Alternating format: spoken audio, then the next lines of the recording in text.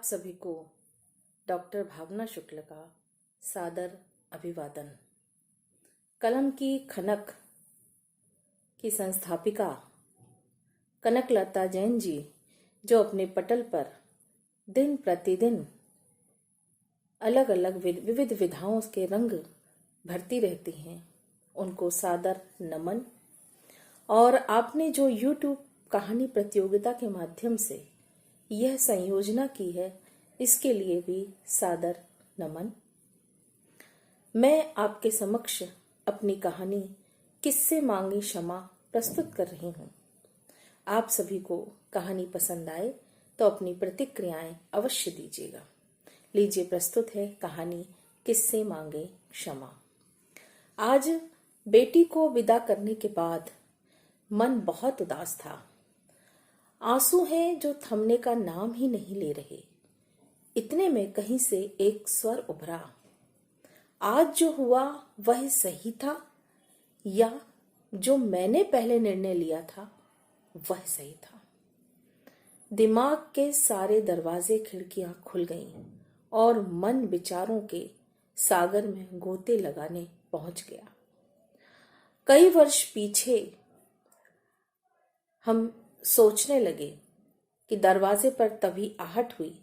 दरवाजा खोलते ही पड़ोस के अंकल ने कहा, आज हमने तेरी बहन को किसी सरदार के साथ स्कूटर पर जाते देखा है।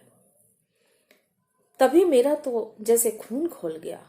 बस इसी प्रतीक्षा में थे कब शुभा घर आए और इस बात की तहकीकात की जाए।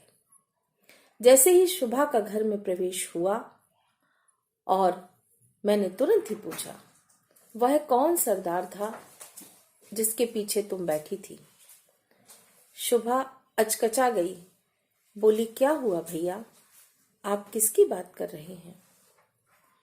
देखो शुभा, बातें बनाने का समय नहीं है, सीधे सीधे मेरे सवाल पर आओ।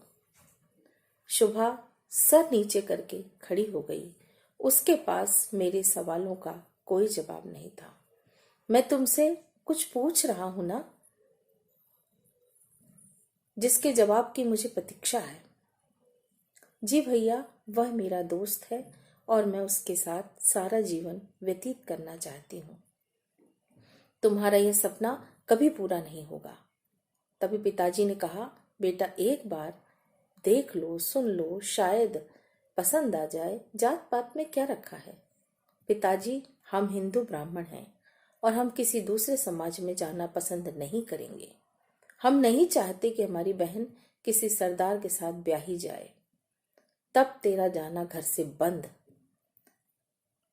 अगर मिलने मिलाने की भी कोशिश की तो काट के रख देंगे।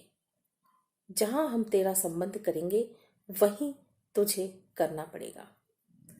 लेकिन हमारे किसी भी संबंध से बहन तैयार नहीं हुई और वह बोली, मैं शादी ही नहीं करूंगी। लेकिन एक दिन मौका देखकर बहन माता पिता को बताकर घर से चली गई और सरदार के साथ बहन का विवाह मंदिर में हो गया। हम लोगों ने उस दिन से बहन से संबंध तोड़ दिए। माता पिता को भी आगाह कर दिया गया कि वह भी उससे संबंध ना रखें। अगर वह उससे संबंध रखेंगे तो हम भी आपसे संबंध तोड़ देंगे। कुछ वर्षों बाद पता चला बहन एक बीमारी से पीड़ित है और इस दुनिया को छोड़कर वह चली गई। उसका एक छोटा बेटा भी है। लेकिन तब भी मेरे मन में कोई भाव जागृत नहीं हुए। माँ तड़पती थी, रोती थी, लेकिन मैंने कहा, ऐसी बहन से ना होना ज्यादा बेहतर है। आज किसी ने मुझे अतीत में पहुंचा दिया। मुझे महसूस हो रहा है इतिहास अपने आप को दोहराता अवश्य है। कई वर्ष बीत जाने के बाद जब मेरी बेटी का रिश्ता नहीं हुआ, तब मेरी बेटी ने मुझसे कहा कि मेरे ऑफिस में काम करने वाला सुब्रतो है, वह मुझे बहुत पसंद है। तब हमने कहा, ठीक है, हम लोग चलकर उससे बात कर लेंगे, देख लेंगे। तब एक क्षण को भी यह ख्याल नहीं आया कि बेटी भी उसी दिशा की ओर जा रही है जिस दिशा की ओर मेरी बहन गई थी।